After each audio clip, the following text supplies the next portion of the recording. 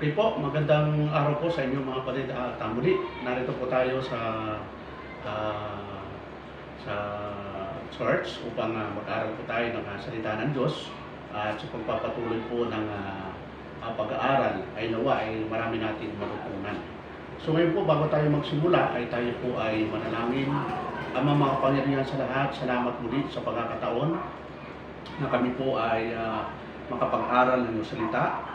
Nawa po, O Diyos, ay pangunahan mo po ang bawat isa sa amin na kami po ay makaunawa ng iyong salita sa pamagitan po ng banal mong Espiritu. Salamat, O Diyos, at lahat po na ito ay dinadalangin namin sa pangalan ni Jesus. Amen. Okay po, so ang ating pag-aaral ngayon ay isa pong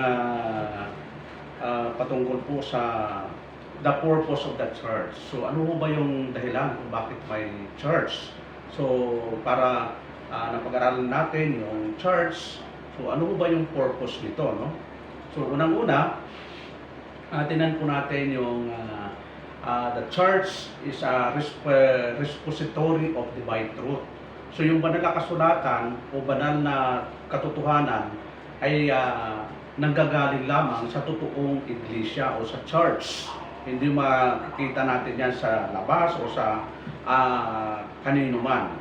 So tingnan po natin yung 1 Timothy chapter 3 verse 15. So ano po yung sabi ng ating kapatid na Pablo doon sa kanyang sulat kay Timoteo? 1 Timothy 2:15 sabi doon sa 1 Timothy 3:15. Sabi po doon, but if I tarry long, that thou mayest know how thou oughtest to behave thyself in the house of God, which is the church of the living God, the pillar and ground of the truth. So yung iglesia ho pala, ay sabi ni Apostol Pablo, ay siyang suhay at haligi ng katotohanan. Haligi at suhay, ano man ang magkaunda doon, ay parehas lang po. Ibig sabihin yung pundasyon ay nandun po sa church na turo ng ating Panginoon na itinuro sa mga apostol. Kung makikita po natin doon sa Matthew chapter 28 verse 20, ay makita po natin yung turo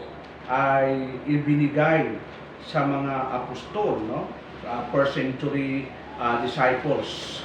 Ay sila po yung first batch ng mga mananampalataya during the time. So tingnan natin yung Matthew 28 20. Ano po yung sabi ng ating Panginoon po doon? Sabi doon, teaching them to observe all things whatsoever I have commanded you. In law, I am with you always, even unto the ends of the world. So yun po yun, no? Ang turo ay magagaling sa ating Panginoon. Itinuro sa mga disciples na nabuong iglesia o church o mga mananampalatayang nagkakatipon. Sila po yung tinutukoy na church na doon magagaling yung katotohanan. Kaya kung mapansin po natin doon sa Episo, Kapitulo 2, no? Mapansin po natin, Ephesians chapter 2, verse 20, na yung pinakapundasyon ay naituro na po sa mga apostol ng ating Panginoong Jesucristo. Tingnan natin yung Ephesians chapter 2, verse 20, na built upon the foundation of the apostles and prophets, Jesus Christ Himself being the chief cornerstone. So yung mga turo na ituro na po sa mga apostol ng ating Panginoong Kristo, na ito namang mga apostol ay naipasa po sa mga naturuan nila. Kaya titingnan natin ang 2 Timothy chapter 2 verse 2. Simulan natin sa verse 1. Sabi doon, thou therefore, my son, be strong in the grace that is in Christ Jesus, and the things that thou hast heard of me among many witnesses, the same commit thou to faithful men who shall be able to teach others also. So makita po natin doon mga kapatid na yung pundasyon, yung katotohanan, yung saligan ay ng katotohanan ay naipasa na po, no? Mula sa Panginoong Jesucristo, naipasa sa mga apostol, ang mga apostol naipasa sa mga naturuan, at doon lang manggagaling yung katotohanan, no? So wala nang iba. Kaya nga number one purpose ay yung the church is a repository of divine truth. Kaya wala tayong Bible school, wala tayong Bible college, wala tayong mga secular institution na panggagalingan ng katotohanan, sapagkat yun po ang sabi ng banal na kasulatan. Sa church lang po dapat mag-aral ang sino mang dapat magpagamit sa Panginoon, hindi po sa labas ng church. So Titus 2:1, tingnan po natin yung sulat din po ng ating kapatid na Pablo kay Tito. Ano po yung sabi doon? But speak thou the things which become sound doctrine. Yun.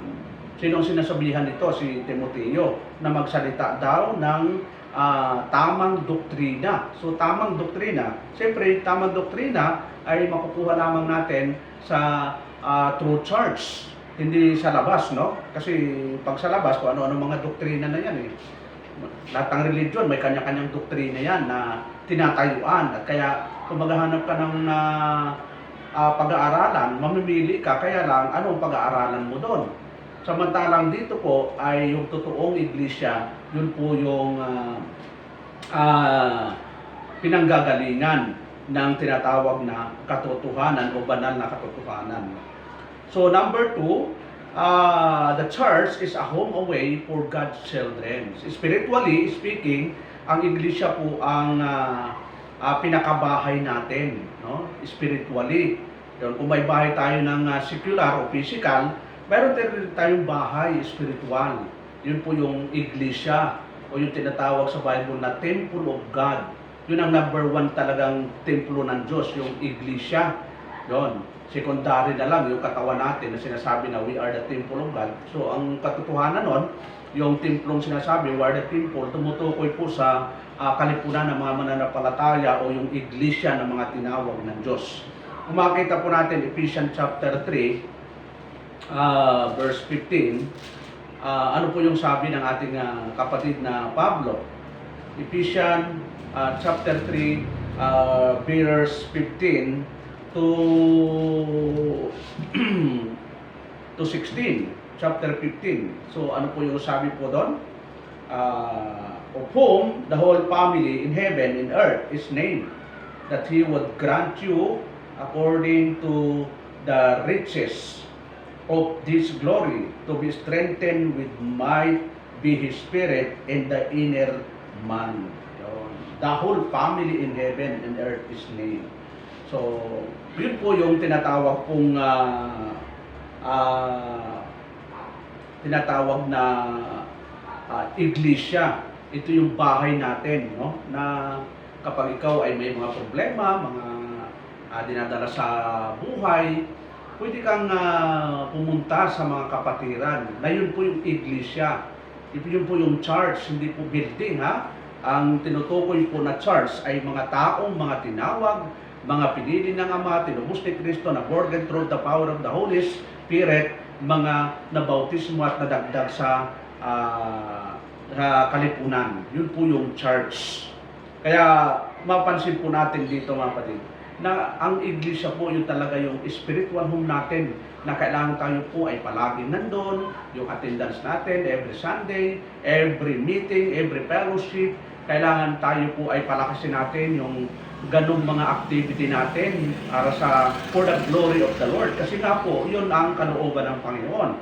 Even sa tinatawag pong discipline in the church, ay ginagawa po yan ng church, hindi po din sa labas ng church ginagawa ang pagdidisiplina. Tingnan po natin, no? Matthew 18:15. Ano po yung sabi ng ating Panginoong Jesucristo? Matthew chapter 18, verse 15. Sabi po doon sa 15, moreover, if thy brother shall trespass against thee, go and tell him his fault between thee and him alone.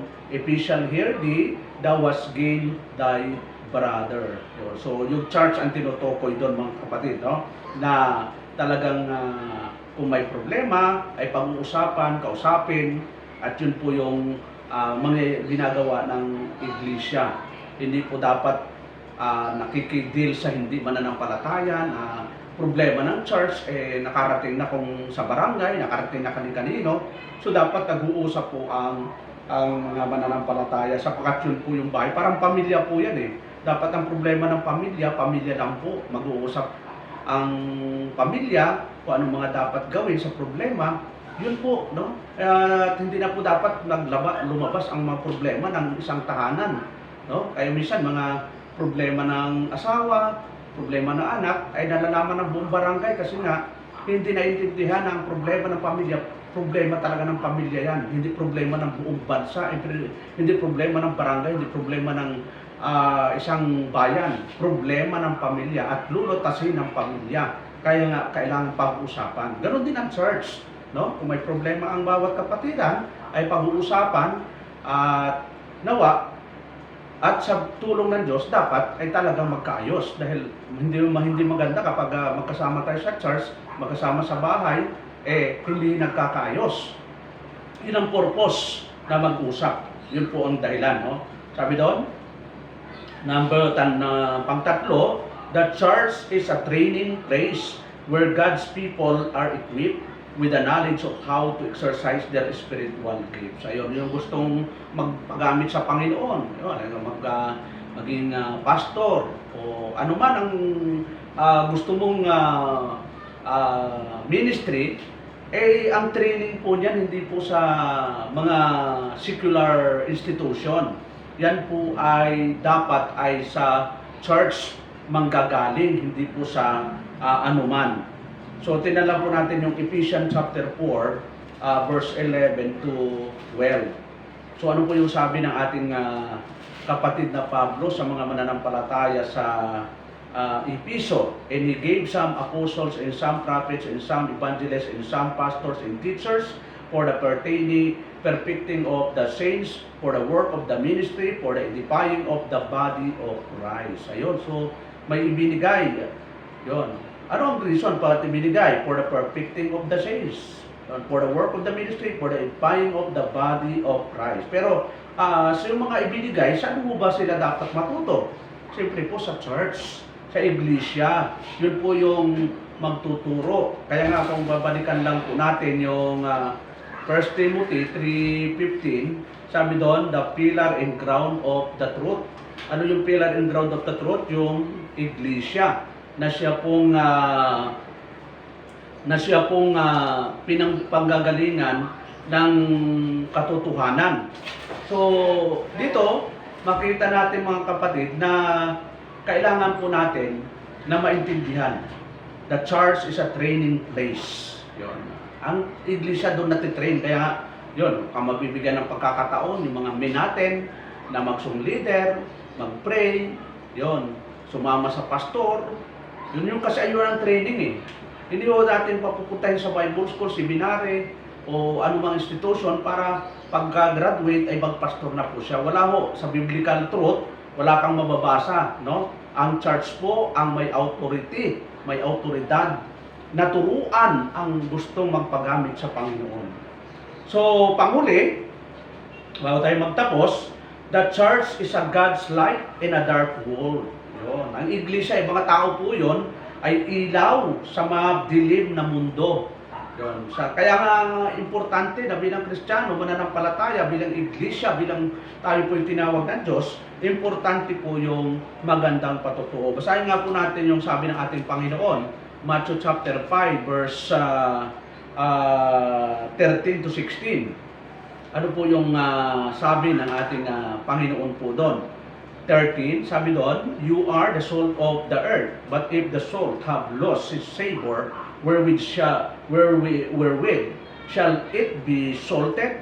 It is thenceforth good for nothing but to be cast out and to be trodden under foot of men. Tapos verse 14, you are the light of the world. A city that is set on an hill cannot be hid. Neither do men light a candle and put it under a bushel, but on candlestick it giveth light unto all that are in the house. Let your light so shine before men that they may see your good works and glorify your Father which is in heaven. Kailangan nating maipakita yung ating magandang patutuo. Ibig sabihin, yung mga salitang natutunan natin at nasa puso natin ay nai-apply natin sa ating praktikal na buhay. Hindi lang alam natin yung salita, kundi nakikita po sa ating buhay. Halimbawa, sinasabi ng Bible, huwag kang papatay. Hindi po ako yung Kristiyano ka, tapos papatay ka. Masyado kang mainitin ang ulo, masyado kang bugso ang damdamin, masyado kang matapang. Ay hindi po. Kailangan maipakita natin na bilang tayo Kristiyano, mananampalataya, ay yung mga utos ng Diyos na tutupad natin. Hindi para maligtas eternally, kundi tayo'y maging marapat sa Diyos sa pamumuhay dito, temporal, dito sa mundong ibabaw. So, ano pa o? Sabi doon, Philippians 2:15, tingnan po natin. Ito yung last verse natin bago tayo magtapos. Philippians chapter 2, verse 15.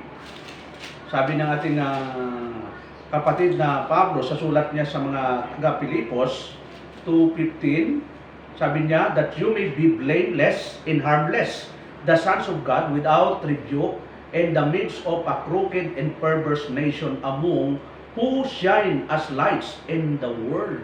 Yun. So, napakaganda po yung verse na yung mga kapatid na sabi doon, that you may be blameless and harmless. So, importante po yun bilang Kristiyano, mananampalataya, na tayo ay dapat magliwanag sa mundong napakadilim. Hindi napakadilim, maraming masama, maraming mga hindi sumusunod sa maraming mga tao na ayaw sumunod sa kalooban ng Diyos. Dapat tayo, mga tinawag ng Diyos, tayo magpakita ng magandang patotoo. Dapat magandang testimony. Makita sa atin yung salita ng Diyos na kapag kapitbahay mo, kakilala mo, kaibigan mo, mag-anak mo, kahit hindi mo maakayan, pag nakita yung magandang patotoo mo, at least maganda yung iyong integridad sa kanila. Yun. Yun ang pinangalanan ka na naiinis dahil hindi maganda ang naipakita mo. So, importante yung mga kapatid na nawa tayo po ay magpatuloy na magawa yung kalooban ng Diyos dahil yun po yung maging marapat, magbigay po ng kaluwalhatian sa Kanya, no? At nawa sa ating maikling pagpapahayag ay nagkaroon po tayo ng encouragement na ano ba yung dahilan kung bakit may church. Kaya in-encourage natin na yung mga kapatid na kung may panahon kayo na makapag-church sa mga local churches na inyong dinadaluhan, napakabuti po, no?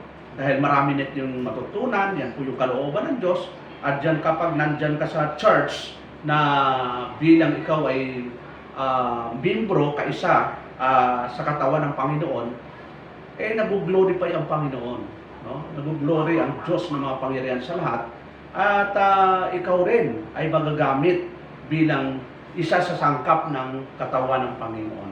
So yun lang po mga kapatid, at nawa ay marami ng sa kaunting oras ay marami nang tututunan, at nawa i-review lang nyo yung aking mga video sa YouTube, yung mga doctrinal stand, yung mga aral, at marami po kayong matutunan doon, no?